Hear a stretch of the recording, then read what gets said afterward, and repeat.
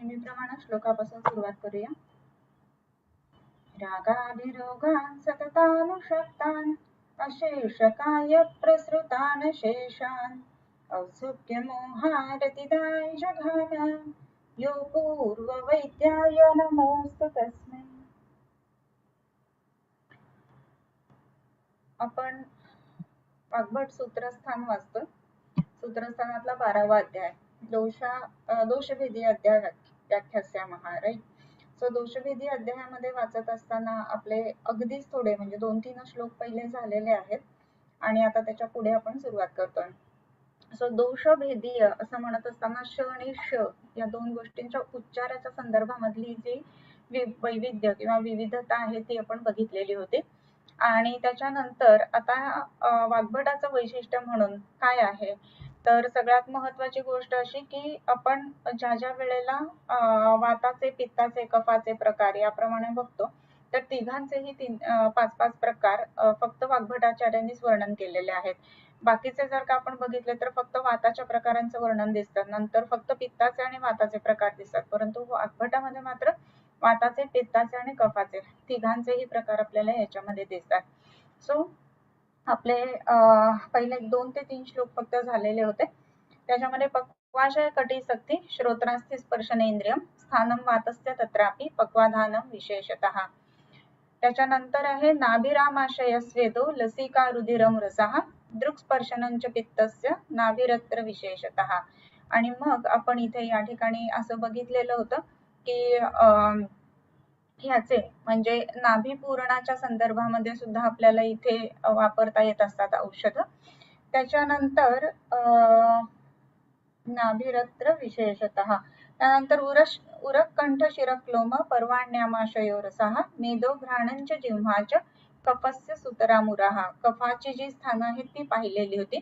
आणि मग प्राणादी भेदात पंचात्मा वायू प्राणोत्र मूर्धगा. प्राणादी भेदात पंचात्मा असं म्हणत असताना 5 प्रकारचा वायू हे आपण बघितलं. आणि तो 5 प्रकारचा वायू कसा फरक पडतोय किंवा कसा भेद होतोय त्याच्यामध्ये तर प्राणोत्र मूर्धगः. आता इथे प्राणाच्या संदर्भामध्ये वैशिष्ट्य सांगतात. महाप्राण काय करतोय तर प्राणोत्र मूर्धगः उरक कंठ चरो बुद्धी हृदयेंद्रिय चित्तदृक् स्ठीवन क्षवतु उद्गार निश्वास अन्न प्रवेशकृत. आता हा कसा आहे आणि काय करतोय तर हे बघत असताना आपण बघितलेलं होतं की स्ठीवन क्षवतु उद्गार म्हणजे ऍस्पिरेशन्स होऊ न देणं, त्या दृष्टीने सुद्धा या ह्याचं काय आपण म्हणू ज्याला प्राणाचं वैशिष्ट्यपूर्ण आहे किंवा विशिष्ट महत्व आहे. म्हणजे लंग्स मध्ये ऍस्पिरेशन न होणं. त्याच्यानंतर आणखीन महत्वाचा भाग त्याच्यामध्ये उद्गार ढेकर येणं, तिथे सुद्धा रिफ्लेक्सेस आहेत. त्याच्यानंतर निश्वास श्वास आत घेणं. त्याच्यानंतर अन्न प्रवेशकृत आणि अन्न आत घेणं, हे सगळी जी कार्य आहेत ना तर ती विशेष करून हा प्राण करतोय. आणि ह्याच्यामध्ये उरक कंठचर आहे तो. आणि परंतु असं होत असताना आणखीन कसं आहे बुद्धी हृदय इंद्रिय आणि चित्तदृक्. तर बुद्धी हृदय इंद्रिय चित्तदृक् असं म्हणत असताना आपण बघतोय की महत्वाचं काय काय आहे तर इंद्रिय दृक्, चित्तदृक्, बुद्धिदृक्. अर्थात आपण हे बघितलेलं होतं की जरा किंवा म्हातारपण येऊ नये तर त्या दृष्टीने या गोष्टी सुद्धा तेवढ्याच महत्वाच्या आहेत. आणि म्हणून प्राणादी भेदात पंचात्मा वायू प्राणोत्र मूर्धगः. आता आपल्याला ना बऱ्याच वेळेला श्लोक पाठ आपण करत असतो, अथपासून इथेपर्यंत श्लोक यायला पाहिजे ही गोष्ट अगदी खरी आहे, नाही असं नाहीच आहे. परंतु ना आपल्याला काही फक्त श्लोक पाठ आपलं पाठांतर दाखवण्यासाठी नाहीये. मग आपण श्लोक पाठ कशासाठी करतोय तर ते आपल्याला यूज करता यावे, चिकित्सेमध्ये आपल्याला ते वापरता यावे ह्याच्यासाठी आपण श्लोक पाठ करतोय, बरोबर. मग हे श्लोक पाठ करत असताना पहिल्यापासून प्रत्येक वेळेला म्हणायला नाही लागलं पाहिजे. म्हणजे आता समजा तुम्हाला विचारलं की व्यानाचं स्थान काय आणि व्यानाचं कार्य काय तर सगळं पहिल्यापासून आपण म्हणणार आहे का तर नाही म्हणणार. मग काय करायला पाहिजे, मग डायरेक्ट आपल्याला व्यानोहृदय स्थित कृत्स्न देहचारी महाजवहा हे यायला पाहिजे. सो ह्या दृष्टीने पाठांतर व्हायला पाहिजे.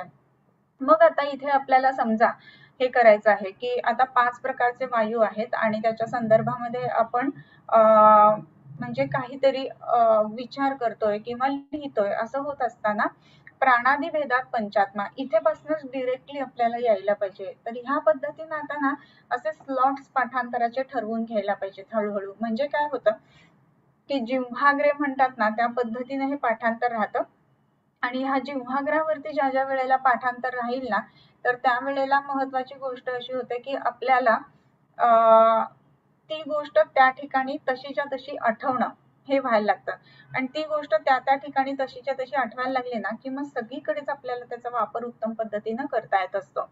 आणि म्हणून आता ह्याच्या पुढे पाठांतर करत असताना विषय कुठला आहे त्याच्यानुसार लक्षात ठेवून थोडंसं पाठांतर करायला शिकलं पाहिजे असं एक मला वाटतं. सो आता आपल्याला समजा पंचकर्मामधलं किंवा वेगवेगळ्या पद्धतीनं आपण वापरत असताना ह्याच्यामध्ये पंचवायूंच्या संदर्भामध्ये आपण लिहितोय. तर पंचवायूंच्या संदर्भात लिहित असताना आपण म्हणजे हे 12व्या अध्यायात आहे. मग पुन्हा पहिल्यापासून पक्वाशय, कटिसक्ती, श्रोत्रास्थिस इथेपासून म्हणायची गरजच नाहीये. मग कसं म्हणायला पाहिजे आपण? तर मग आपण डायरेक्ट इथे यायला पाहिजे की प्राणादी भेदात पंचात्मा वायू प्राणोत्र मूर्धगः. त्या प्राणोत्तर मूर्धगः इथेपासून ह्या प्राणाची सुरुवात आहे हे तरी आपल्या किमान लक्षात असायला हवं. सो प्राणोत्तर मूर्धगः उरकंठचरो बुद्धी हृदय इंद्रिय चित्तदृक् स्थीवनक्षवथोद्गार निश्वासान्न प्रवेशकृत पुरस्थानम उदानस्य नासानाभिगलांश्चरे वाक् प्रवृत्ती प्रयत्न ऊर्जा बलवर्ण स्मृतिक्रिया. आता आपलं प्राणोत्र मूर्धगः उरकंठचरो बुद्धी हृदयेंद्रिय चित्तदृक् स्थीवन क्षवथ उद्गार निश्वास अन्न प्रवेशकृत इथपर्यंत झालेलं होतं. त्याच्यानंतर उदानाचं स्थान कुठलं आहे तर उरस्थानम उदानस्य नासा नाभी गलांश्चरेत. आता उदानाचं स्थान कुठलं हे बघत असताना उरहा म्हणजे संपूर्ण उर हे उदानाचं स्थान आहे. आता हे उदानाचं स्थान असताना तो चरण कसं करतोय तर नासा नाभी यांच्या ठिकाणी त्याचं चरण होत आहे. आता नासा म्हणजे नाकाच्या ठिकाणी आणि नाभीच्या ठिकाणी. आता नाभीच्या ठिकाणी म्हणजे नाभीतून नासा हा एवढा मोठा भाग जो आहे ना हा उदान कव्हर करतो. मग आता इथे आपण विचार करायला पाहिजे की आता ह्याची कार्य कुठली आहेत आणि जर आता कार्यानुमेय प्रत्येक फिजिओलॉजी आपली आहे असं पण म्हणतो किंवा अनाटॉमी सुद्धा आपली कार्यानुमेय आहे. असं असताना ह्याचा विचार कसा करायचा तेही आपण बघूयात. एक तर कळलं आपला की उदानाचं स्थान कुठलं आहे तर उर हे उदानाचं स्थान आहे बरोबर. त्याच्यापुढे त्याचं विचरण स्थान किंवा संचलन स्थान कुठलं आहे तर नासा आणि नाभी हे दोन पद्धतीची स्थानं प्रत्येकाला सांगितली आहेत. एक म्हणजे अवस्थित स्थान आणि दुसरं म्हणजे संचलन स्थान किंवा दुसरीकडे जिथे जातो ते स्थान. सो उरस्थान हे त्याचं झालं. नासा नाभी यांच्या ठिकाणी ते संचलित होत आहे आणि ह्याची कामं काय आहेत तर वाक प्रवृत्ती प्रयत्न ऊर्जा बल वर्ण स्मृतिक्रिया. आता हे खूप महत्वाचं आहे बरं का. वाक प्रवृत्ती प्रयत्न ऊर्जा. सगळ्यात पहिलं काय सांगितलं उदानाचं काम वाक प्रवृत्ती. अर्थात वाक प्रवृत्ती म्हणत असताना बोलणं. मग बोलण्याच्या संदर्भामध्ये वाणी जी आहे ना त्याची उत्पत्ती कशी आहे तर परापश्यंती मध्यमा वैखरी असं 4 स्टेजेस मध्ये वाणीची उत्पत्ती आहे बरोबर. मग परावाणी जी आहे ना तिथे पहिला शब्द उत्पन्न होतो मग तो मध्यमा वैखरी वैखरीमध्ये प्रकट होतो. म्हणजे आपण ज्या वेळेला बोलायचं आहे काहीतरी असा जेव्हा जेव्हा विचार करतो तर पहिल्यांदा आता काय बोलायचंय हे जे डोक्यामध्ये किंवा आपल्या मनामध्ये ठरतं किंवा त्याचा निर्णय होतो तर तो निर्णय जो आहे ना तो त्या परावाणीच्या ठिकाणी दिसतो. आणि म्हणून ज्या वेळेला घाबरलेले लोक असतात किंवा काही एक्सप्रेस ज्यांना करता येत नाही अशा लोकांच्या नाभीपूरणासाठी जर आपण औषधं दिली ना तर त्याचा खूप चांगला उपयोग होतो. कारण वैखरी जी आहे ना आपल्याला बऱ्याच वेळेला वाटतं की बोलता येत नाही म्हणजे जिभेवरती काही ना काहीतरी औषधं द्यायला पाहिजेत बरोबर आहे नाही असं नाही.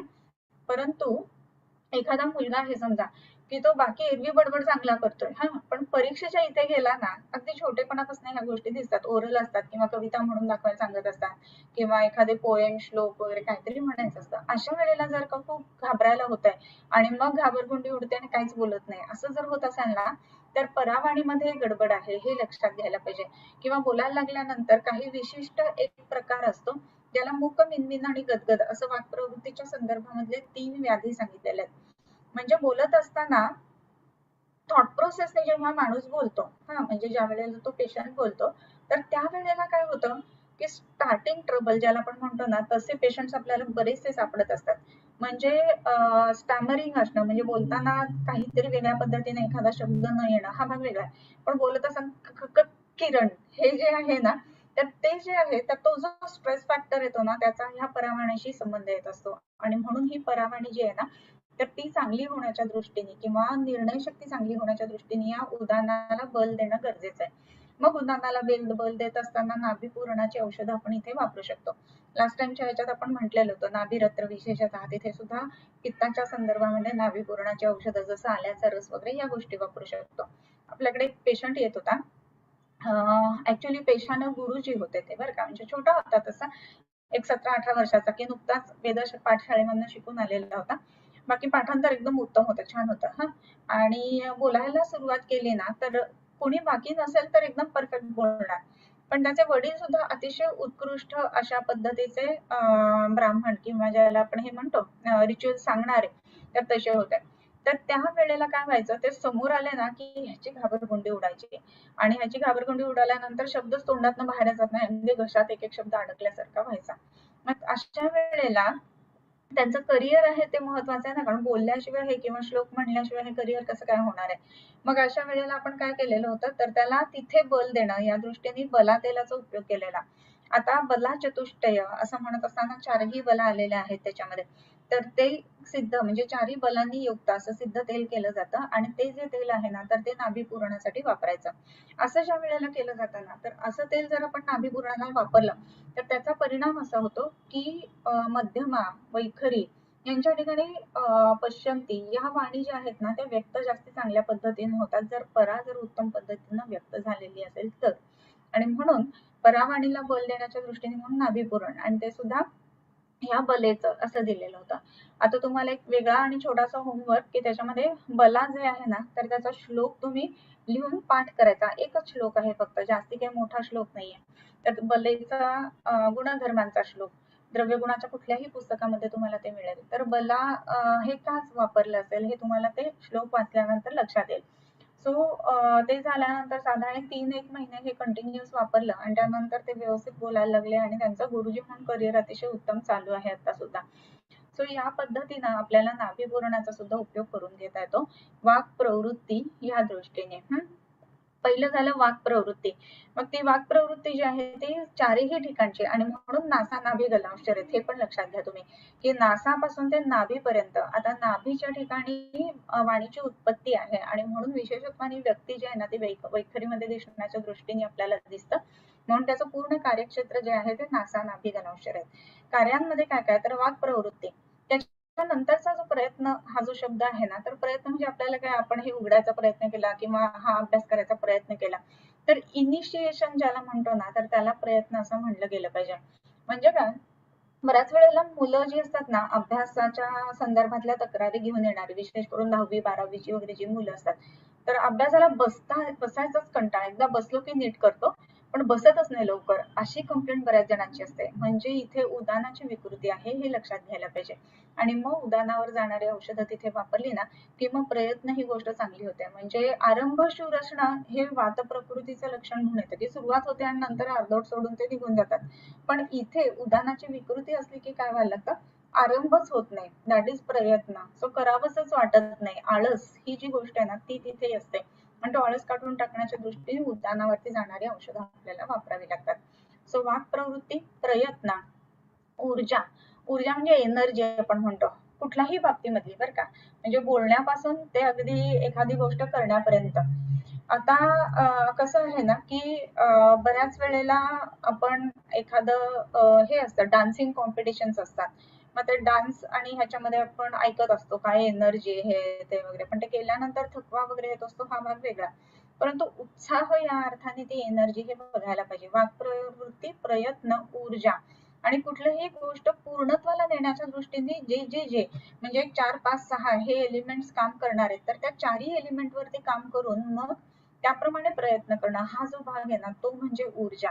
सो प्रत्येक पॉइंट जो आहे तर तो क्लिअर करणं या दृष्टीने, म्हणजे एखादं कोडं सोडवावं ना, त्या पद्धतीने हे कोडं सोडवून त्याची ऊर्जा ज्याला आपण म्हणतो त्या पद्धतीनं काम केलं जातं. सो वाक प्रवृत्ती, प्रयत्न, ऊर्जा. बल वर्ण स्मृती क्रिया हा असं पुढचे शब्द आहेत. तर उदानो बलमुच्यते असं सुश्रुतामध्ये आलेला श्लोक आहे. सो बल हे सुद्धा उदानावरती अवलंबून आहे. आणि म्हणून जर का उदानाची विकृती असेल ना तर ताकद कमी पडते. आता बलम व्यायाम शक्त्या असं म्हटलंय. तर बलम व्यायाम शक्त्या असं म्हणत असताना व्यायाम करण्याची ताकद किंवा कुठलंही एखादी गोष्ट करण्यासाठी जी शारीरिक एनर्जी लागते ना ती म्हणजे बल. तर ते उत्तम राखणं हे या उदानाचं काम आहे. त्याच्याच बरोबरीनं बलची व्याख्या जर का आपण बघायला गेले ना तर व्याधी बल प्रतिरोधित्वम असा एक शब्द व्याधिक्षमत्वाच्या बाबतीमध्ये वापरला जातो. सो व्याधी बल आणि रुग्ण बल असे दोन शब्द आपण वापरतो. मग इथे रुग्ण बल म्हणजे काय तर त्याला काम नाही करायचं रुग्णाला, मग काय करायचंय तर त्या व्याधीच्या सोबत त्याला लढायचंय. म्हणजेच काय तर इम्युनिटी या अर्थाने. तर हा जो बल हा भाग आहे ना हा सुद्धा उदानाच्या संदर्भात काम करतो. आणि म्हणूनच आपण बघितलं की ह्या पूर्ण पॅन्डेमिक मध्ये कोविड-19 मध्ये हा उदान विकृत असेल ना तर खूप पटकन डिटोरिएशन होतं हे आपल्याला पेशंटला लक्षात येतं विशेष करून. आणि म्हणून बल हा अर्थ जो आहे ना हा दोन्ही अर्थाने घ्यायला पाहिजे. व्यायाम शक्त्या आणि व्याधी बल आणि रुग्ण बल या अर्थाने. आता इथे रुग्ण बल म्हणत असताना आपण मगाशी म्हटलं तसं की इथे काय कुठलं काम करायचं किंवा कुस्ती खेळायची असं नाहीये. पण काय करायचं आहे तर व्याधी बरोबर कुस्ती करायची. मग त्या कुस्तीसाठीचा जो ताकद आहे ती म्हणजे इम्युनिटी. सो इम्युनिटी जी आहे ना ती किंवा व्याधी क्षमत्व जे आहे ते या उदानावरती अवलंबून असतं. सो काय वाक्प्रवृत्ती प्रयत्न ऊर्जा बल वर्ण. वर्ण म्हणजे काय रंग किंवा छाया आणि प्रभा हे दोन शब्द आपण बऱ्याच वेळेला डिस्कस केले. सो शरीराची जर का उत्तम ताकद असेल तर मग वर्ण चांगला दिसणार आहे, प्रभा चांगली असणार आहे. तर त्या दृष्टीने उत्तम वर्ण असण्यासाठी आता बऱ्याच वेळेला पेशंट जे असतात ना ते रंग चांगला हवा म्हणून सुद्धा येत असतात. तर गर्भिणी अवस्थेमध्ये सुद्धा या पद्धतीने उदानावर जाणारे औषध आपण वापरली आणि आई बाबांचा रंग समजा सावळा असेल तर मुलं गोरी व्हावीत अशी इच्छा असेल ना तर या पद्धतीने आपल्याला औषधं देता येत असतात. आणि मग बल वर्ण स्मृतिक्रिया हा असं म्हटलंय. तर स्मृतिक्रिया म्हणत असताना काय तर स्मृती किंवा लक्षात राहणं या अर्थाने. अनेक दिवस एखादी गोष्ट लक्षात राहणं याला स्मृती असं आपण म्हणतो बरोबर. सो ही स्मृती चांगलं राहणं हा जो भाग आहे हा उदानामुळे घडतोय. आता स्मृती जर का कमी झाली बुद्धी वेगळी आहे स्मृती वेगळी आहे. बुद्धी म्हणजे काय निर्णयात्मिका किंवा निश्चयात्मिका अशी बुद्धी आहे की त्या वेळचा निर्णय घेणं. पण स्मृती म्हणजे गत काहीतरी जी गोष्ट झालेली आहे त्याचं आठवण ठेवणं याला आपण स्मृती असं म्हणतो. आणि त्या स्मृतीच्या वरती आपण काही आपला जो अनुभव असतो त्याच्यानुसार निर्णय घेत असतो. म्हणजे स्मृतीवर अवलंबून बुद्धी आहे बरोबर. आणि ही स्मृती जर चांगली असेल ना तर स्मृती चांगली असेल तर लॉन्जिव्हिटी चांगली राहते. म्हणजेच काय तर तुम्ही बघतात की जिथे जिथे स्मृती हीयमान होते, स्मृती जिथे जिथे कमी होते तिथे तिथे आरोग्याला निमंत्रण मिळत असतं. म्हणजे अल्झायमर सारख्या जे केसेस असतात, जे डिसीजेस असतात ज्याला स्मृती विभ्रंश म्हटलं जातं किंवा स्मृती नाश म्हटलं जातं, ते झाल्यानंतर हळूहळू पेशंट डिटोरिएटच होतो. असं नाही होत की स्मृतीनाशातनं पूर्ण नॉर्मल झाला पेशंट आणि खूप लॉंग त्याच्यानंतर लाईफ राहिला असं नाही होत. मग ही स्मृती जर का उत्तम ठेवायची असेल चांगली असायला हवी तर काय करायला हवं तर जे करायला हवं ना ते म्हणजे जरेची चिकित्सा किंवा तीच रसायन चिकित्सा. म्हणून रसायन चिकित्सेचा जो परिणाम आहे ना तो विशेषत्वाने उदानावरती पण येतो हे लक्षात घ्यायला पाहिजे आपण नेहमी. सो वाक प्रवृत्ती प्रयत्न ऊर्जा बल वर्ण स्मृतिक्रिया हा. आता स्मृतिक्रिया हा शब्द परत एकदा आपण पहिल्या शब्दाशी जोडून बघणार आहेत की वाक प्रवृत्ती खूप वेळेला अगदी पहिल्या लेक्चर पासून म्हणजे मला वाटतं आपण काहीतरी मागच्या एप्रिलमध्ये एप्रिल 2019 मध्ये आपण लेक्चर चालू केले ना तर एप्रिल 2020 मध्ये बहुतेक. तर 1 वर्ष झालं आता 1 वर्षापेक्षा जास्तच 1.25 वर्ष 1.5 वर्ष झालं. तर 2020 मध्ये आपण ही लेक्चर चालू केली तर त्या पहिल्या लेक्चर पासून मी सांगते की पाठांतर करा. म्हणजे पाठांतर का करायचा तर वाक प्रवृत्ती ही उदानावर अवलंबून आहे. स्मृतिक्रिया ही पण उदानावर अवलंबून आहे. आणि स्मृतिक्रिया हा बघितला पण जर का चांगलं असेल स्मृतिक्रिया तर लॉन्जिव्हिटी वाढते. म्हणजेच ज्या वेळेला आपण खूप जास्त प्रमाणामध्ये पाठांतर करतो बोलतो असा अर्थ नाहीये इथे पाठांतर करतो त्यावेळेला काय होणार आहे तर लॉन्जिव्हिटी वाढणार आहे किंवा आपलं जी आयुष्याची दोरी आहे ना ती लांब होणार आहे आणि ती उत्तम पद्धतीने म्हणजे तरुण आयुष्य जगणं हा भाग जो आहे ना तो या पाठांतरामुळे घडतो आणि म्हणून हे पाठांतर महत्वाचं आहे. सो वाक प्रवृत्ती, प्रयत्न, ऊर्जा, बल, वर्ण, स्मृती, क्रिया. हा आता इथे प्रत्येक गोष्ट आणि त्याच्यापासून होणारा जो जो काही भाग आहे तो प्रत्येक जो एलिमेंट आहे तो मी तुम्हाला एक्सप्लेन केलेला आहे, राईट. सो वाक प्रवृत्ती, प्रयत्न, ऊर्जा, बल, वर्ण, स्मृती, क्रिया. हा यानंतरचं जे येतं त्याच्यामध्ये व्यानो वृत्ती स्थित कृत्स्न देहचारी महाजवः गत्य पक्षेत कणोक्षेप निमेषोन्मेषणाक्रिया प्राय सर्व क्रियास्तस्मिन् प्रतिबद्धा शरीरिणाम. आता व्यान, व्यान कसा आहे तर नित्य काम करणारा असा हा व्यान आहे. मग नित्य काम कोण करतंय शरीरामध्ये, आपण झोपलो तरी सुद्धा काम करणार तो आहे हृदय, बरोबर. आणि म्हणून व्यानो हृदय स्थित, त्याचं मूळ स्थान काय व्यानाचं तर हृदय, आणि म्हणून व्यानो हृदय स्थित. आणि तो कसा आहे तर कृत्स्न देहचारी महाजवः. कृत्स्न देहचारी संपूर्ण शरीरामध्ये तो चरण करणारा किंवा संचलन करणारा असा आहे. संपूर्ण शरीरामध्ये संचलन करतो आणि म्हणूनच शरीरातल्या प्रत्येक गोष्टीवरती त्याचा कंट्रोल आहे व्यानाचा. अगदी किती तर प्रत्येक रोमरंध्रावरती सुद्धा व्यानाचा कंट्रोल आहे. आणि म्हणून आपण बघतो की रोमांच येणं ही जी गोष्ट आहे ना ती व्यानावर अवलंबून असते. आणि म्हणून मनामध्ये उचंबळून आलं किंवा मनामध्ये काही विशिष्ट प्रक्रिया झाल्या किंवा मनामध्ये काय म्हणू आपण इमोशन्स जास्ती झाले तर मग हे रोम आहेत ना तर ते उभे राहतात किंवा आपण अंगावर काटा येणं किंवा रोमांच येणं म्हणतो, एखादं नाटक बघताना, एखादं गाणं म्हणताना, गाणं ऐकताना या गोष्टी घडत असतात. सो इथे व्यानोहृदी स्थित कृत्स्न देहचारी, कृत्स्न देहचारी असा शब्द आहे बरं का तो. व्यानोहृदी स्थित कृत्स्न देहचारी आणि महाजवः असा शब्द वापरलाय. आता महाजव म्हणजे काय, महाजव याचा अर्थ की खूप मोठी ताकद असणारा या अर्थाने व्यान आहे. शरीरामधले सगळेच प्राण महत्वाचे आहेत, एक प्राण कमी महत्वाचा, एक प्राण जास्ती महत्वाचा असं काही नाहीये. परंतु तरी सुद्धा सगळ्यात ताकदवान असा कोण आहे तर हा महाजव म्हणजे व्यान आहे. म्हणजे आता 5 पांडव होते बरोबर, तर त्याच्यातला एकदम ताकदवान म्हणजे 5ही ताकदवान होते, पण एक एक वैशिष्ट्य होतं. धनुर्धारी म्हटलं तर अर्जुन होता, योग्य विचार करणारा तर युधिष्ठिर होता, पण ताकदीचा विचार केला तर भीमाला कोणी नाही दुसरं मारू शकत, बरोबर. सो तसा हा व्यान आहे. व्यानो कृष्ण देहचारी महाजवः गत्यपक्षेत्कोणोक्षेप निमेषोन्मेषणा गत्यपक्षेत्कोणोक्षेप निमेष उन्मेषणादिकः क्रियाः. ओके, म्हणजे कसं गती म्हणजे कुठल्याही प्रकारची गती जी आहे ना ती या व्यानावर अवलंबून आहे. अक्षेपण, उत्क्षेपण, अपक्षेपण, उत्क्षेपण.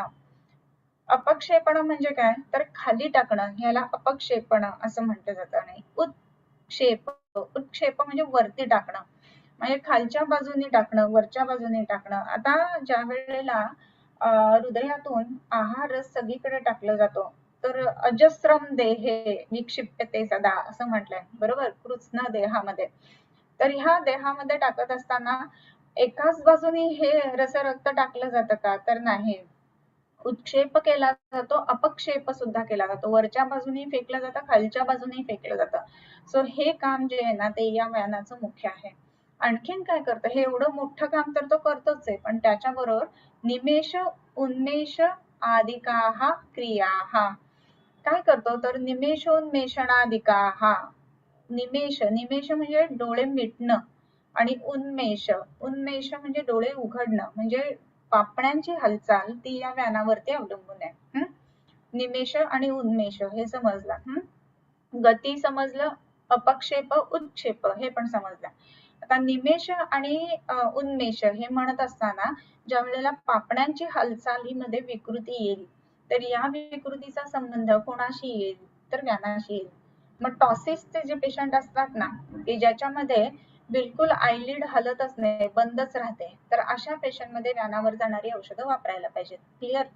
मग आता व्यानावर जाणारे औषध वापरायला पाहिजे, तर आपल्याला दिसताना टॉसिस कुठे दिसतंय, तर डोळ्यांच्या ठिकाणी दिसतंय, म्हणून आपण डोळ्यांना वगैरे लेप लावत बसतो. पण याचं मूळ स्थान काय आहे? हो, तर मग ते मूळ स्थान जे आहे ते हृदय आहे.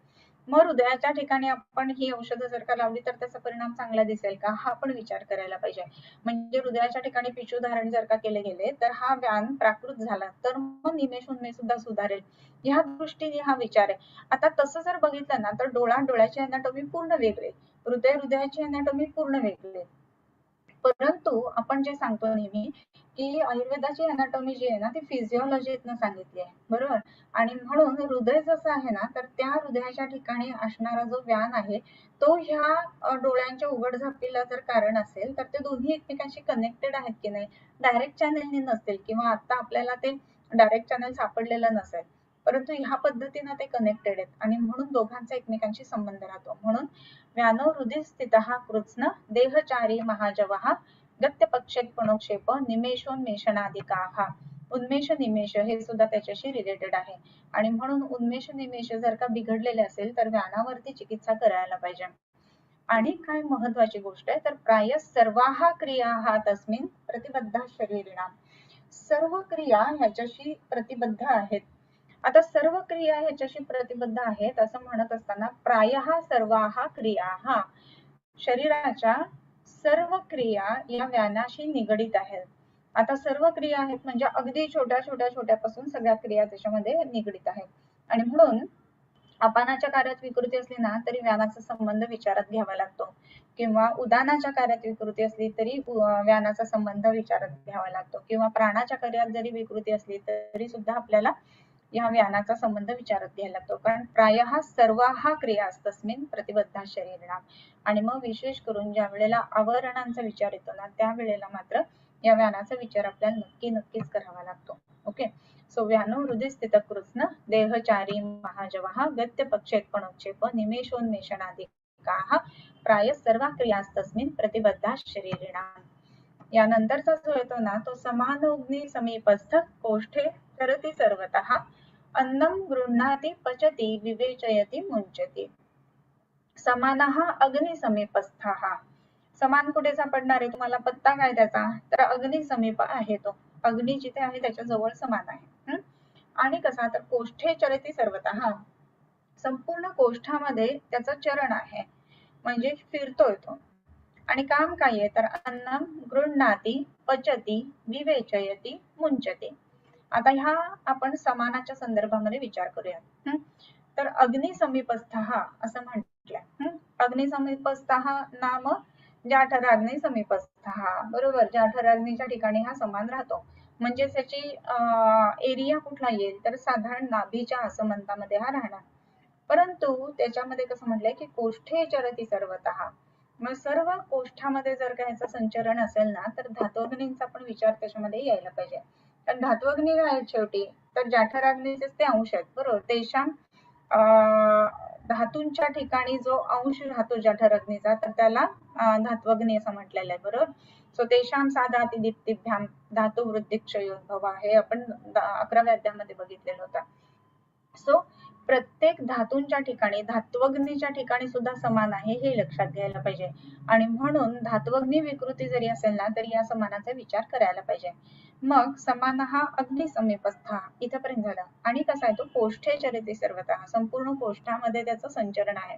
आणि ह्याच कारणामुळे ना या समानाला किंवा अग्नीला वायूला अग्निसखा असं म्हटलं बरं का. समान जो आहे ना तर तो आपण बघतो तर काय आहे, वायू आहे, परंतु अग्नीच्या समीपस्थ आहे, अग्नीला वाढवण्यासाठी तो कारणीभूत आहे, अग्नीला वाढवतोय आणि म्हणून त्याला अग्निसखा असं या वायूला नाव दिलेलं आहे. तुम्ही जर बघितलं असेल एखादी चूल कधी लावली असेल जर असं शास्त्राचे आपले प्रयोग वगैरे काही करत असताना, तर चूल लावलेली असताना मोठ्या एकदम कोळसे घेऊन एकदम धाडकन पेटतात का तर नाही पेटत, तर ते हळूहळू पेटवावे लागतात. आणि मग फुंकर घालून फुंकणीने ते छान फुलतं आणि मग ते कोळसे फुलले की छान आपल्याला त्याच्यापासून आच मिळत असते किंवा अग्नी मिळत असतो. तर त्या दृष्टीने म्हणून फुंकर घालण्याचं जे काम आहे ना तो हा समान करतोय. आणि म्हणून अग्नी चेतवण्याचं, अग्नी पेटवण्याचं काम हा समान करणार आहे. म्हणून समानः अग्ने समीपस्थः कोष्ठे चरति सर्वतः. मग हा जर एकाच ठिकाणी राहिला तर मग त्याचं काम होणार आहे का? नाही होणार आहे. म्हणून तो कोष्ठामधनं फिरतोय. मग कोष्ठ म्हणजे काय? तर पंचदश कोष्ठांगानी ही जी म्हटलेली आहेत ना, त्या सगळ्याचा विचार ह्याच्यामध्ये यायला पाहिजे. आणि मग प्रत्येकाची अनाटॉमी फिजिओलॉजी चांगली राहावी, प्रत्येकाचं कार्य चांगलं राहावं, ह्या दृष्टीने त्याचं काम महत्वाचं आहे. आणि मग हा काम काय करतोय समान? तर अन्नम गृह्णाति पचती विवेचयति मुंचती. गृह्णाति, न आधी आणि मग ह नाहीये बरं का, गृह्णाति ह आधी आहे, त्यामुळे उच्चार करताना गृह्णाति नाही, गृह्णाति हा थोडासा फरक आहे, पण महत्वाचा फरक आहे. सो अन्न ग्रहण करणं, ग्रहण कोणाकडनं करायचं आहे? तर आमाशयाकडनं घ्यायचं आहे त्याला. म्हणजे आतमध्ये आहार घेतलेला जो आहे तर तो अग्नीच्या मध्ये रोल करणं, ह्या दृष्टीने ह्या समानाचं महत्व आहे. अन्नम गृह्णाति म्हणजे त्याचं पक्वता आणणं, त्याला पाचन करणं, आणि पचन झाल्यानंतर त्याला सोडून देणं, हा सुद्धा भाग त्याच्यामध्ये येतो. सोडून म्हणजे कुठे? तर पुढच्या अपानाच्या क्षेत्रामध्ये तो त्याला सोडून देतोय. सो या पद्धतीनं अन्नम गृह्णाति पचती विवेचयती आणि मुंचती. तर हे मुंचती पण काम नाही झालं ना तर तो अपानाकडे येणार नाही, आणि मग इथे काय व्हायला लागतं? प्रवाहिकेसारख्या संप्राप्त्या व्हायला लागतात. मग प्रवाहिकेमध्ये पेशंट सांगत असतो की मोशनला होते पण थोडी थोडी आणि बऱ्याच वेळेला जायला लागतं. मग तिथे तिसरा अवस्थापाक विकृती आहे, अग्नी चांगला नाहीये, सम्मान चांगला नाहीये, आणि त्याच्यामुळे काय होतंय की अग्नीचं पचन सुद्धा अन्नाचं पचन सुद्धा चांगलं झालेलं नाहीये, आणि म्हणून पाक न झाल्यामुळं विवेचयती मुंचती ह्या क्रिया पण नीट झालेल्या आहेत. विवेचयती म्हणजे काय? विवेक म्हणजे दोन गोष्टी वेगळ्या वेगळ्या करणं. वेगळ्या वेगळ्या म्हणजे कसं की आहाराचा पोषण आणि मलांश वेगळा करणं, तर हे घडतच नाहीये, आणि मग मुंचन सुद्धा चांगल्या पद्धतीनं होत नाही, आणि म्हणून साठवून राहिल्यासारखं, आणि मग सामता त्यातनं उत्पन्न होते. या पद्धतीनं संप्राप्त्या घडायला लागतात, आणि म्हणून समान सुद्धा तेवढाच महत्वाचा आहे. एक कोणी कमी महत्वाचा, एक कोणी जास्ती महत्वाचा वगैरे असं काही नाहीये बरं का. आणि म्हणून अन्नम गृह्णाति पचती विवेचयति मुंचती. या ठिकाणी आपल्याला विचार करत असताना, औषध देत असताना समान अग्नी समीपस्थ असं जेव्हा आपण म्हणतो ना, तर नाभीच्या असमंतामध्ये समान आहे ही गोष्ट खरी आहे. पण त्याच्याच बरोबरीनं आपण बघतो की आत्मा नाटोपासारखे जे पेशंट्स असतात ना, त्यांच्या ठिकाणी जर का हिंगाचा लेप संपूर्ण पोटावरती लावायला दिला ना, तर ह्या विकृती खूप चांगल्या पद्धतीनं कमी आलेल्या दिसतात. आणि हा हिंगाचा लेप ज्या वेळेला आपण लावायला देतो त्यावेळेला काय घडतं की मग पेशंटला जे अनइझी होणं किंवा पोट फुगल्यासारखं वाटणं, ह्या सगळ्या गोष्टी कमी होतात, कारण की ही जी वायूची गती आहे ना ती तिथे बिघडलेली असते, म्हणून हिंगाचा उपयोग तिथे चांगला होतो. सो अन्नम गृह्णाति पचती विवेचयति मुंचती. यानंतर अपानो अपानगाः श्रोणी बस्ती मेढ्र गोचरः. मेढ्र उरु गोचरः, उरु असा शब्द येतो. त्याच्यानंतर शुक्र आर्तव शकृत मूत्र गर्भ निष्क्रमण क्रिया. अपानो अपानगः याचा पत्ता काय? तर अपानाच्या ठिकाणी जाणारा अपानग, अपानग, अपान म्हणजे खालच्या बाजूनी जाणारा, अपानग हा असा. त्याच्यानंतर कसा आहे हा? अपानोपानग श्रोणी बस्ती मेढ्र उरु गोचर. हा गोचर म्हणजे त्या ठिकाणी जाणारा. विशेष करून हा अपान जो आहे ना तर तो खालच्या जागेला जाणार आहे, आणि मग तो बस्तीच्या ठिकाणी, मेढ्राच्या ठिकाणी, उरु म्हणजे सथ्थी प्रदेशाच्या ठिकाणी, इथे त्याचं विशेष करून स्थान आहे. मग हा काय करतोय? तर शुक्र आर्तव शकृत मूत्र गर्भ निष्क्रमण क्रिया. हा शुक्र निष्क्रमण, आर्तव निष्क्रमण, गर्भ निष्क्रमण क्रिया, या सगळ्या क्रिया त्याच्या अखत्यारीमध्ये आहेत. मग आता शुक्राचं बाहेर पडणं किंवा निष्क्रमण ही गोष्ट विकृती असेल तरी ह्याच्यामध्ये आपण विचार करायला पाहिजे. आणि मग ज्या वेळेला व्हेरिकोसिल किंवा पॅम्पेनिफॉर्म प्लेक्सस असतं, असे जे पेशंट्स असतात ना त्याच्यामध्ये ह्या अपानाच्या विकृतीचा विचार करायला लागतो. त्याच्यानंतर आर्तव निष्क्रमण क्रिया हा जर विकृत होत असेल तरी सुद्धा अपानाचा विचार करावा लागतो. आणि म्हणूनच नही वातादृते योनी नारीणाम संप्रदुष्यती असं म्हटलंय. म्हणजे वायूची गोष्ट महत्वाची आहे. नो डाऊट हा रज रसापासून बनलेला आहे म्हणून रसाचा विचार आपल्याला करावा लागतो, परंतु निष्क्रमणाची जी क्रिया आहे ना आर्तवाच्या, ती विशेषत्वाने आपण बघतोय की या अपानाच्या अखत्यारीत आहे. आणि म्हणून अपानाच्या क्षेत्रामध्ये असणारा अवयव आणि अपानाचं कार्य करणारा अवयव या अर्थाने आर्तव निष्क्रमण ही गोष्ट महत्वाची लक्षात घ्यायला पाहिजे. तसंच शकृत निष्क्रमण ही सुद्धा गोष्ट महत्वाची घ्यायला पाहिजे लक्षात. शकृत म्हणजे अर्थात मलभाग, शरीरातील मलभाग रोजच्या रोज बाहेर पडणं किंवा कृत शौच विधिस्ततः असं आपण दुसऱ्या अध्यायामध्ये बघितलेलं होतं. तर हा शौच विधी योग्य पद्धतीनं होणं किंवा हे शकृत मोचन योग्य पद्धतीनं होणं या दृष्टीने या अपानाचं महत्व आहे. आणखी एक गोष्ट महत्वाची हा अपान करतोय तो म्हणजे गर्भ निष्क्रमण क्रिया. हा गर्भाचं निष्क्रमण, गर्भाला बाहेर काढणं योग्य पद्धतीनं. मग आता जर अपानाची विकृती असेल तर मग गर्भ नीट खालती सरकणार नाही किंवा ज्याच्यामध्ये त्याचा पोझिशन विकृत होऊ शकेल किंवा युनिव्हर्सल फ्लेक्शन न राहता एक्सटेन्शन होईल किंवा त्याचं प्रेझेंटेशन बदलेल. ह्या सगळ्या ज्या गोष्टी आहेत ना तर ह्या अपानाच्या विकृतीवर अवलंबून राहतात आणि म्हणून अपानाची विकृती होऊ नये म्हणून विशेषत्वाने आपण बघतो की 9व्या महिन्यामध्ये अनुवासन बस्ती सांगितलेले आहेत की जे ह्या वायूला प्राकृत ठेवतील आणि म्हणून अपानाची प्राकृत गती राहिली तर गर्भाचं निष्क्रमण ही गोष्ट सोयीची आणि सोपी ठरेल. सो त्या दृष्टीने ह्या अपानाचा विचार करायला पाहिजे. आता इथेपर्यंत 5ही वायूंचं वर्णन झालं. पुढे पासून सुरुवात झालं तर प्राणोत्र मूर्धघा उरत्कंठ चरो बुद्धी हृदयेंद्रिय चित्तदृक् श्रीवनक्षवथोद्गार निश्वासान्न प्रवेशकृत. इथे पासून ते अपानोपानग श्रोणी बस्ती मिठ्र रुगोचर शुक्रार्तव शकृत मूत्र गर्भ निष्क्रमण क्रिया. आता यानंतर पित्ताचे प्रकार चालू होतात बरं का. पित्तम पंचात्मकम. आता हे पित्त सुद्धा कसं आहे तर 5 प्रकारचं पित्त आहे. मग 5 प्रकारचं पित्त कुठलं तर ते आता पुढे वर्णन करतात. जसं मगाशी प्राणोत्र मूर्धगः अशी सुरुवात प्राणाच्या संदर्भामध्ये झाली, वायू पंचधा असं म्हटलं. तसं पित्त सुद्धा जे आहे ना तर ते 5 प्रकारचं आहे. मग हे पित्त 5 प्रकारचं कोणतं तर पित्ताच्या संदर्भातले जेव्हा आपण प्रकार बघतो त्यावेळेला पित्तम पंचात्मकम, पंचात्मक असणार हे पित्त तत्र पक्वामाशय मध्यगम पंचभूतात्मकत्वेपि यत्तैजस गुणोदयात् त्यक्तद्रवत्वं पाकादि कर्मणा अनल शब्दितं पचत्यन्नं विभजते सारकिट्टौ पृथक् तथा तत्रस्थमेव पित्तानां शेषाणाम् अपि अनुग्रहं करोति बलदानेन पाचकं नाम तत्स्मृतम्. या एवढ्या सगळ्या श्लोकांमध्ये कुणाचं वर्णन केलंय तर पाचक पित्ताचं वर्णन आहे की शरीरातलं परिणमन करणारी सर्वात मोठी ताकद जी आहे ना ती म्हणजे हे पाचक पित्त. आणि म्हणून एवढे श्लोक त्याला खर्ची घातलेत. किती तर जवळजवळ 3 ते 4 श्लोक याच्यामध्ये आलेले आहेत. मग आता हे कोणकोणते आहेत किंवा काय आहेत हे आपण बघूयात. पित्तम पंचात्मकम हे कळलं.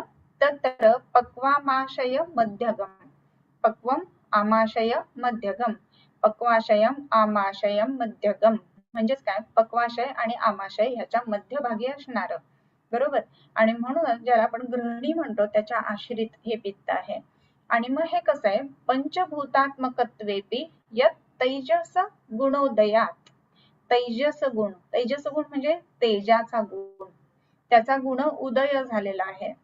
का असं म्हटलंय तर पंचभूतात्मकत्वेपि सर्वं द्रव्यम पांचभौतिकम अस्मिन् अर्थे बरोबर.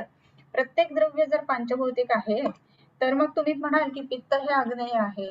तर मग आग्नेय कसं काय बरं पित्त तर त्याच्या संदर्भामध्ये त्यांनी इथे वर्णन केलेलं आहे. ओके.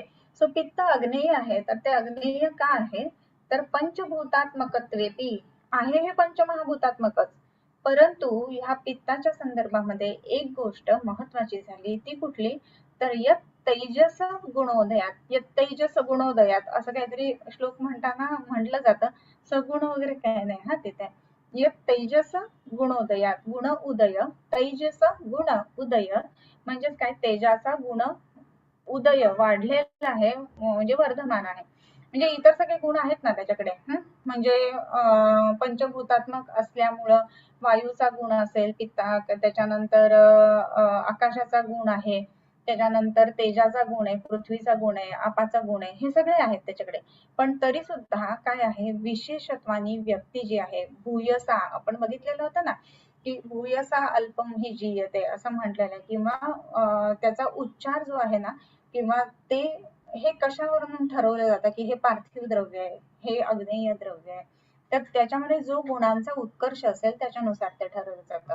सो ह्याच्यामध्ये उत्कर्ष कोणाचा आहे तर तेजाचा. यत् तैजस गुणोदयात या पित्तामध्ये तेजाचा गुण जो आहे ना तो उत्कर्षामध्ये आहे. आणि मग पंचभूतात्मकत्वेपि यत् तैजस गुणोदया त्यक्त द्रवत्वम पाकादी कर्मणा अनल शब्दितम. त्यक्त द्रवत्व. आता पित्त कसं आहे आपण बघितलेलं होतं, पित्तम सस्नेह तीक्ष्णोष्णम लघु विश्रम सरम द्रवम, राईट. सो पित्त कसं आहे तर द्रव गुणाचं आहे. मग इथे हे पाचक पित्त कसं आहे त्यक्त द्रवत्वम. ह्या पाचक पित्ताने काय केलं, त्याचं द्रवत्व आहे ना तर ते द्रवत्व सोडून दिलं. कधी कधी बदलतो ना माणूस, म्हणजे एखादा माणूस आहे असा आहे पण काही गोष्टी टाकून देतो, सोडून देतो. आता राम आहे समजा, तर राम जो आहे त्याने, त्याचं वर्णन कसं आहे की त्याने धनुष्य घेतलेलं आहे, त्याने जरतारी पितांबर नेसलेला आहे वगैरे वगैरे सगळं. परंतु राम चालला आहे वनामध्ये, म्हणजे विशिष्ट काम करायला चाललाय. मग त्याने काय केलेलं आहे, सगळी राजस वस्त्र त्यांनी सोडलेली आहेत आणि वल्कल घातलेली आहेत, असा तो राम आहे. काहीतरी सोडलंय त्याने.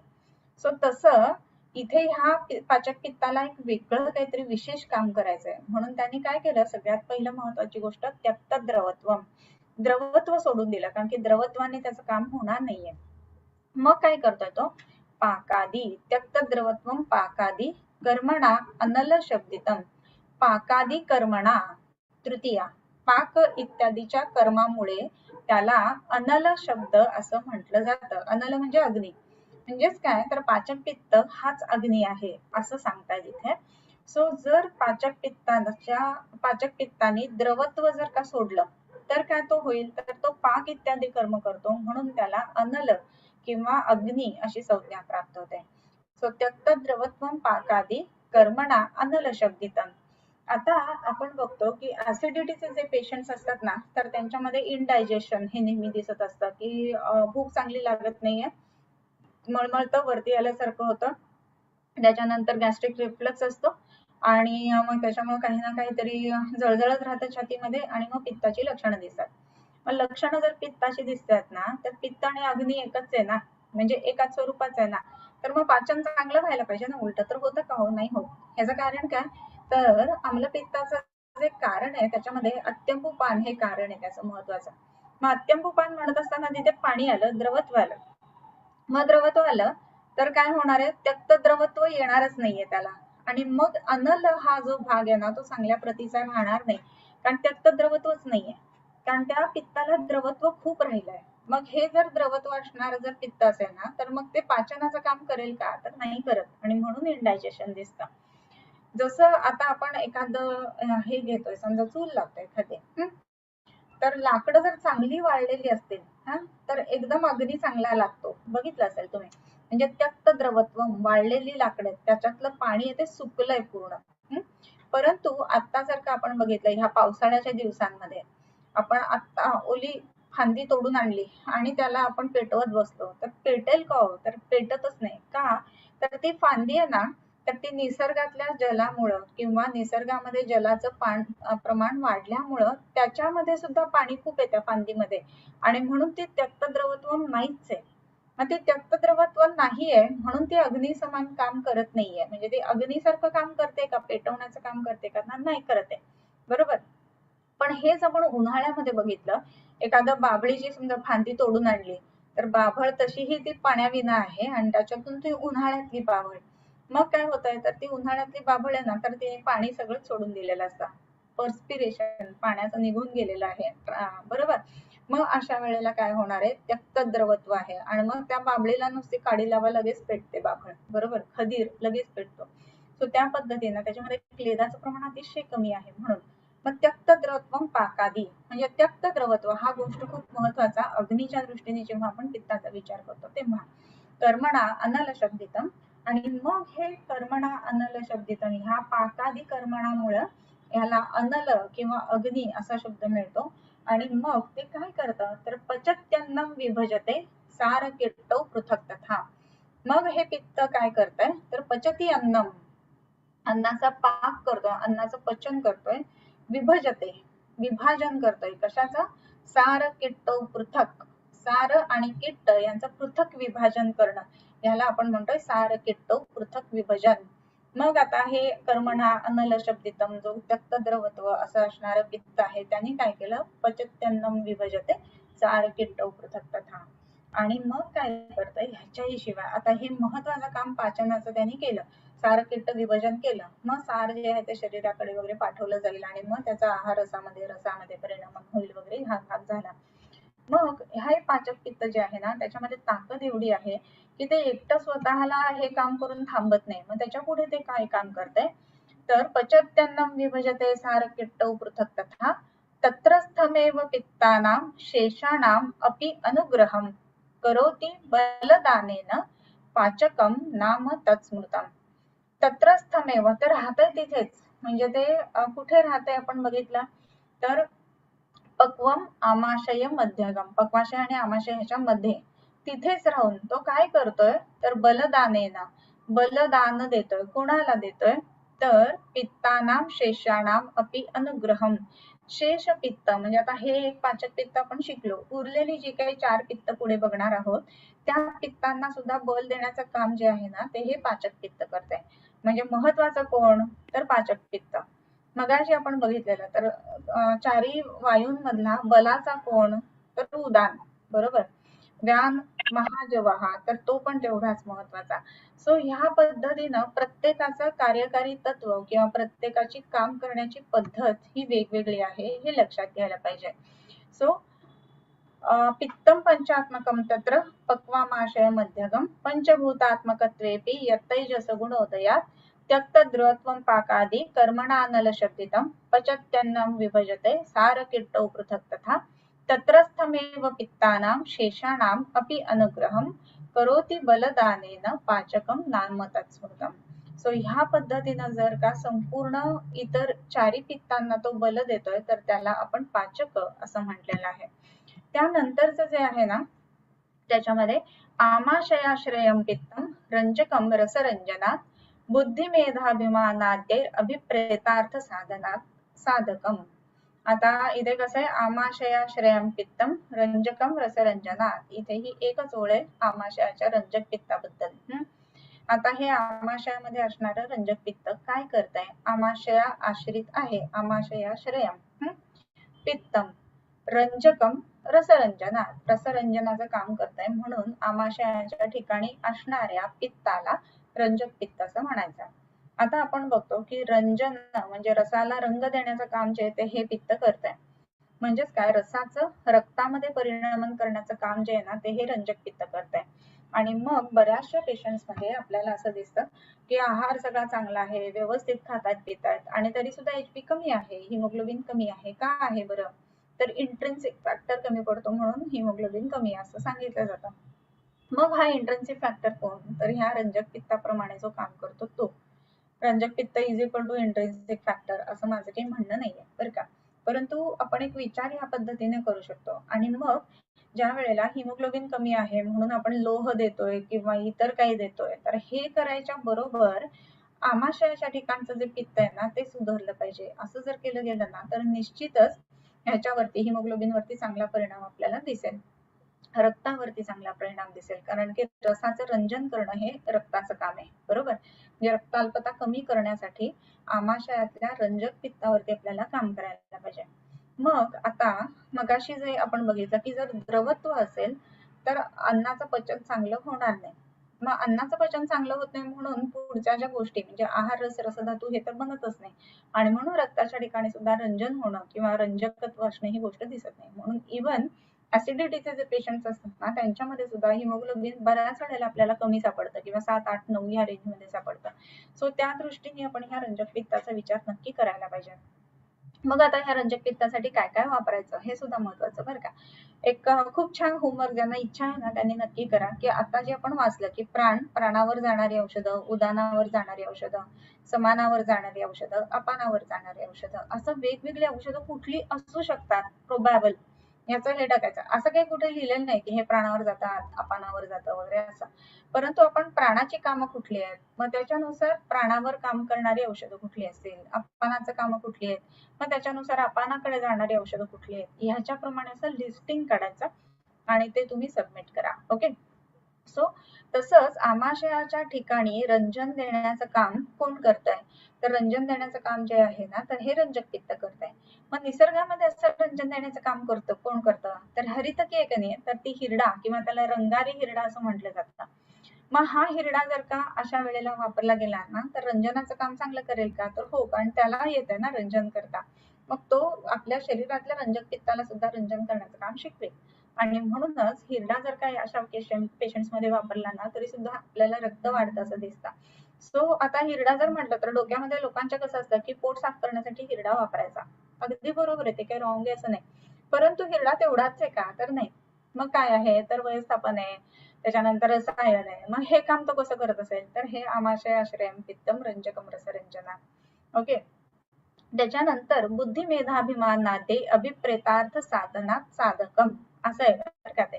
बऱ्याच वेळेला कसं होतं ना, हे श्लोक जे असतात ना ते एक ओळीत संपतात किंवा सव्वा ओळीत, दीड ओळीत संपले ना की मग गोची होते आपण कसे अर्थ लावायचे याचे. साधकम पित्तम असं जे म्हटलेलं आहे साधना, तर हे कसं, तर बुद्धी मेधा अभिमान आद्यैहि अभिप्रेतार्थ साधनात साधकम. इथेपर्यंत हृदगतम पित्तम, इथेपर्यंत हा श्लोक आहे. मग हे साधक पित्त कुठे, तर हृदगत, हृदयाच्या ठिकाणी उपस्थित आहे. मग आता हृदयाच्या ठिकाणी कोण कोण आहे? मग अशी बघितलं प्राण आहे, प्राणोत्र मूर्धगा उरकंठ चरो बुद्धी हृदय इंद्रिय चित्त हृदय बरोबर, म्हणून प्राण आहे. मग व्यानो हृदय स्थित हा, म्हणजे हृदयाच्या ठिकाणी कोण आहे अजून, तर व्यान पण आहे. मग हृदयाच्या ठिकाणी अजून कोण आहे, तर हा साधक पित्त पण आहे.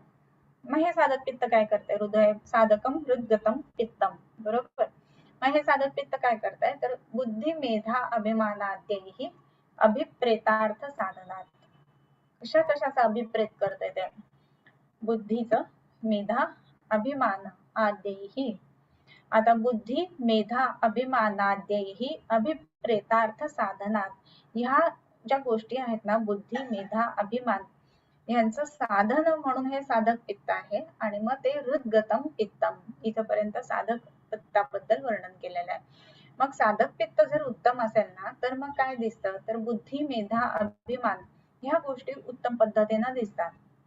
परंतु हेच साधक पित्त जर का विकृत झालं तर काय होणार आहे, तर बुद्धी विकृती, मेधा विकृती, अभिमान विकृती. स्वाभिमान ही प्राकृत गोष्ट आहे, दुराभिमान किंवा अभिमान नसणं ह्या दोन्ही गोष्टी विकृत आहे. तर ह्या पद्धतीने म्हणजे नेगेटिव्हिटी शरीरामध्ये मनामध्ये खूप जास्त असणं, हा जो भाग आहे ना तो ह्या विकृत साधक पित्ताशी संबंधित असू शकतो. किंवा खूप जास्त ॲरोगंट असणं, हा भाग सुद्धा या विकृत साधक पित्ताशी असतो. साधक पित्त तीक्ष्ण झालं तर ॲरोगन्स वाढेल.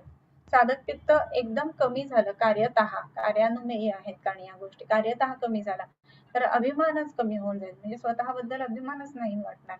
ह्या गोष्टी पण होण्याची शक्यता आहे. आणि बुद्धी आणि मेधा ह्या गोष्टींवरती सुद्धा साधकाचा परिणाम येणार आहे, साधक पित्ताचा परिणाम येणार आहे. सो बुद्धीच्या संदर्भातल्या विकृती असणं किंवा आपण ज्याला म्हणतो की बुद्धिस्मृती वाढवण्यासाठी म्हणून पेशंट येतात, तर ह्यामध्ये सुद्धा या साधक पित्ताचा आपल्याला विचार करावा लागतो. सो ह्या दृष्टीने बुद्धी मेधाभिमानाद्ये अभिप्रेतार्थ साधनात साधकम हृदगतम पित्तम. ह्याच्या पुढचा कोणतं, तर रूपालोचनत स्मृतम दृक्तमालोचकम. आता हे इथपर्यंत एक पित्त आहे बरं का, म्हणजे वरच्यातली अर्धी ओळ आणि खालच्यातली अर्धी ओळ. रूप आलोचनतः स्मृतम दृक्स्थम आलोचकम. आता ह्याचं पूर्ण जर का आपण अन्वय लावायचा झाला तर ह्याचा अन्वय कसा येईल, दृक्स्थम रूप आलोचनतः आलोचकम स्मृतम असा येईल. दृक्स्थ, दृक् म्हणजे काय, तर दृष्टी, दृष्टीच्या ठिकाणी स्थित असणार दृक्स्थ. आता वरचं कसं होतं, साधकम हृदगतम, साधक पित्त कुठे राहतं, तर हृदयाच्या ठिकाणी राहतं. तसं हे आलोचक पित्त कुठे राहतं, तर दृष्टीच्या ठिकाणी राहतं. आणि काय करतंय, रूप आलोचनतः स्मृतम, त्याचं काम काय, रूपाचं आलोचन करणं, रूप पाहणं, हे ह्या आलोचक पित्ताचं काम आहे. मग आलोचक पित्ताची विकृती झाली तर रूप योग्य पद्धतीनं दिसणार नाही. म्हणजेच काय, तर ब्लर विजन दिसेल किंवा ज्याला आपण वेगवेगळ्या पद्धतीचे आजकाल हे म्हणतो शॉर्ट साइटेडनेस, लॉंग साइटेडनेस, ह्या सगळ्या ज्या गोष्टी आहेत ना त्या रूपाशी संबंधित येतील. शिवाय याच्या बरोबर म्हणजे आता आपण बघतो की रेटायनल डिटॅचमेंट असणं किंवा रेटायनाच्या संदर्भामधले वेगवेगळे व्याधी असणं की जे फंडोस्कोपीने आपण बघू शकतो. असे सगळे जे व्याधी आहेत ना तर ते हे आलोचक पित्त जर बिघडलं तर ह्या गोष्टी होतील.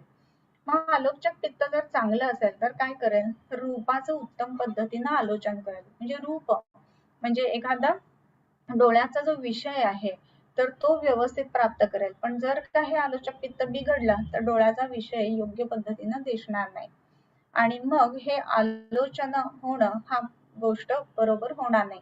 आता हा सुद्धा शब्द कसा आहे बघ बर का. लोचन म्हणजे काय तर डोळे, आलोचन म्हणजे पाहणे.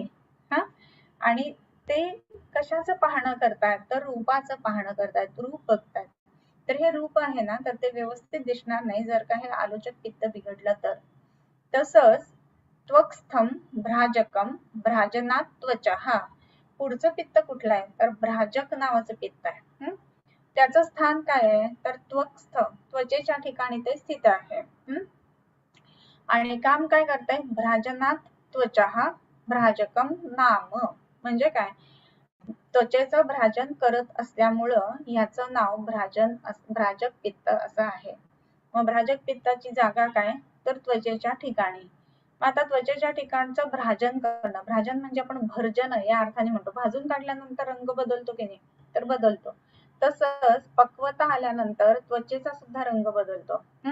इवन आपण बघतो की उन्हामध्ये गेल्यानंतर टॅनिंग होतं, ते सुद्धा रंग बदलतं, भ्राजन जास्त प्रमाणामध्ये होतं. सो हे जे भ्राजक पित्त आहे की ज्या कारणामुळे त्वचा जी आहे ती परिपक्व होते. आणि म्हणून परिपक्व झाल्यामुळं ती त्याचं जे काम आहे की बाहेरचे पॅथोजेन्स आत एंटर करू न देणं ही गोष्ट उत्तम पद्धतीने करते आणि म्हणून त्वचेचं जे काम आहे ना ते योग्य पद्धतीने घडतं आणि म्हणून त्वचेचं भ्राजन करणं हे भ्राजक पित्ताचं काम आहे. ह्याच्यानंतर आपण श्लोक वाचूया आणि नंतर क्वेरीज कडे जाऊया कारण बरेच क्वेरीज आज विचारलेले दिसतात. सो दृक्स्थम आलोचकम त्वक्स्थम भ्राजकम भ्राजनात् त्वचः श्लेष्मातु पंचधोरस्थ सत्रिकस्य स्ववीर्यतः हृदयस्य अन्नवीर्याच्च तस्थ एवाम्बुकर्मणा कफधाम्नाय च शेषाणां यत् करोत्यवलंबनम् अतोवलंबक श्लेष्मा यस्त्वामाशय संस्थितः.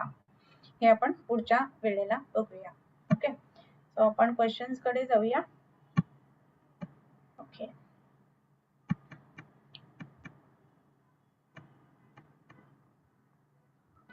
हा, काही छोटी मुलं उशिरा बोलतात त्यांचा कसा विचार करावा. हा, तर आता जे आपण म्हणलो ना की बोलण्याचा विचार जो आहे तर तो उदानाशी संबंधित आहे. सो नाभीच्या संदर्भामध्ये विकृती नाही आहेत ना हे सुद्धा तिथे बघायला पाहिजे.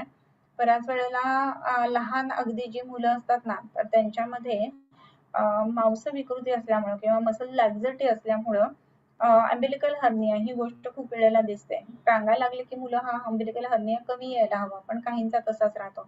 मग अशी मुलं उशिरा बोलतात किंवा एखादा अक्षर एखादा शब्द योग्य पद्धतीने बोलता येत नाही त्यांना. सो त्याचाही विचार आपण तसा करू शकतो.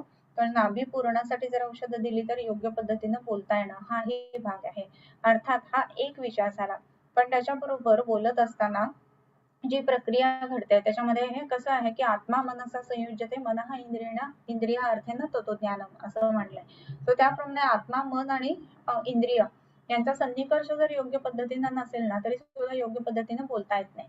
म्हणजेच काय तर आत्मा मन आणि इंद्रिय ही जर का साखळी बरोबर नसेल म्हणजे आपण काहीतरी बोलतोय तर पेशंट वेगळंच काहीतरी बोलतोय असं ज्या वेळेला व्हायला लागतं ना त्या वेळेला या गोष्टी घडतात आणि मग आपल्याला दिसतं की अरे बोलता बोलता अडखळल्यासारखं होत आहे. म्हणजे इव्हन आपण कुठलीही गोष्ट करत असताना एकदम नवीन काहीतरी विषय आला तर पटकन स्विच ओव्हर होताना वेळ लागतो आणि इंद्रिय तिथे अवस्थित नसतं म्हणून. तो इंद्रियाचा विचार या दृष्टीने व्हायला हवा, मनाचा तिथे अवस्थित असणं हा विचार त्याच्यामध्ये यायला हवा.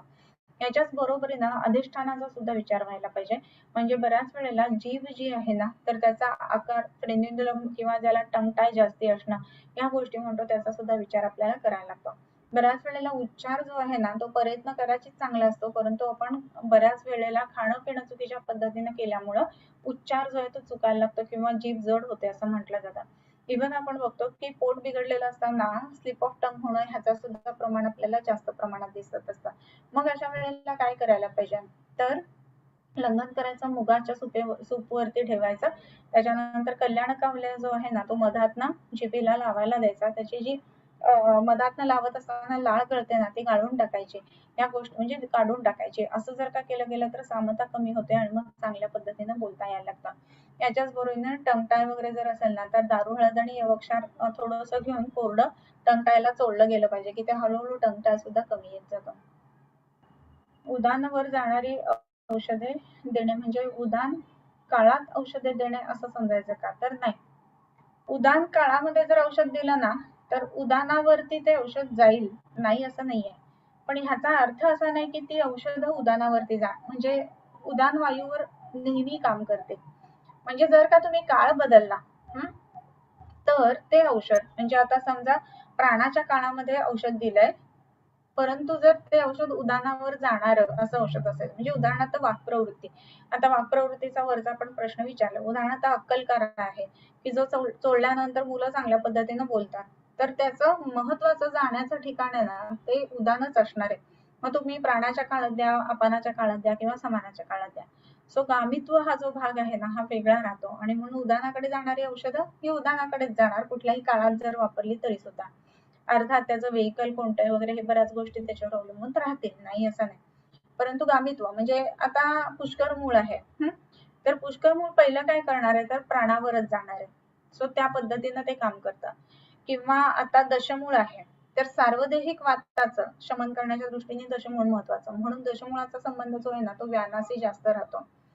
त्याच्याच प्रमाणे जर का आपण हिंगाचा विचार केला तर तो अपानाकडे जाणार आहे. म्हणजे एकच वायू म्हणजे शरीरामध्ये आहे, कार्यानुमेय आहे आणि म्हणून त्याचे 5 प्रकार केलेले आहेत आपण. पण गामित्व हे वेगळ्या द्रव्यांचं राहिल्यामुळं त्या त्या अपानावरती, त्या त्या उदानावरती, त्या त्या प्राणावरती जाणारी औषधे जी आहेत ना ती वेगवेगळ्या स्वरूपाची राहतात किंवा वेगवेगळी औषधं राहतात.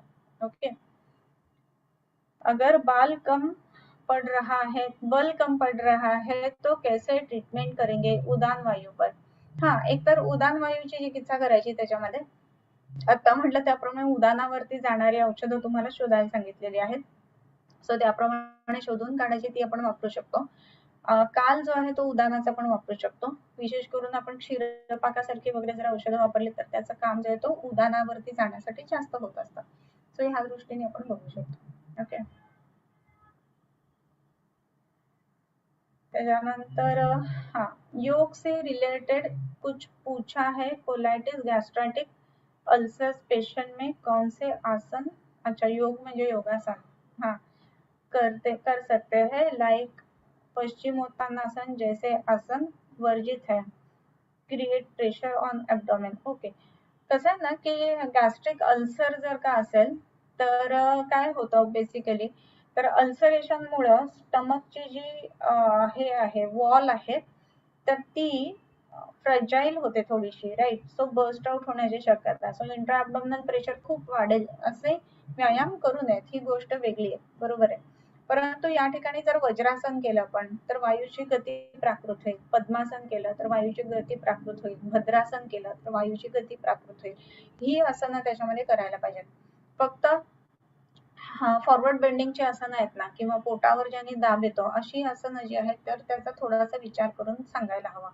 पण ही आता जी सांगितली ना ती आसनं आपण नक्कीच करू शकतो.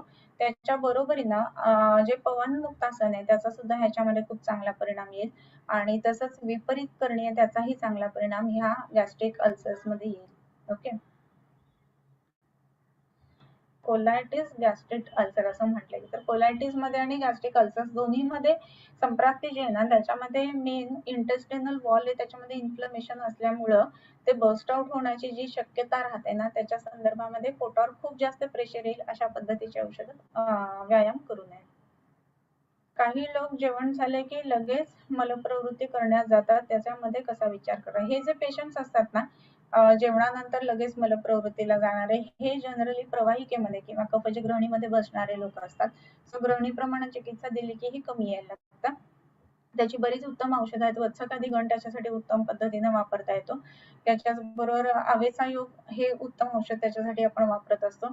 त्याच्यानंतर ग्रहणी गजक केसरी, ग्रहणी कपाट केसरी म्हणून 2 औषध आहेत त्याचाही चांगला उपयोग येतो. हे जे पेशंट्स असतात त्यांच्यामध्ये बिल्वादी तेल किंवा ह्याचं तेल जे आहे ग्रहणी मिहीर तेल तर ते आपण जर का स्नेहनासाठी नित्य दिलं तर त्याचाही उपयोग चांगला दिसतो.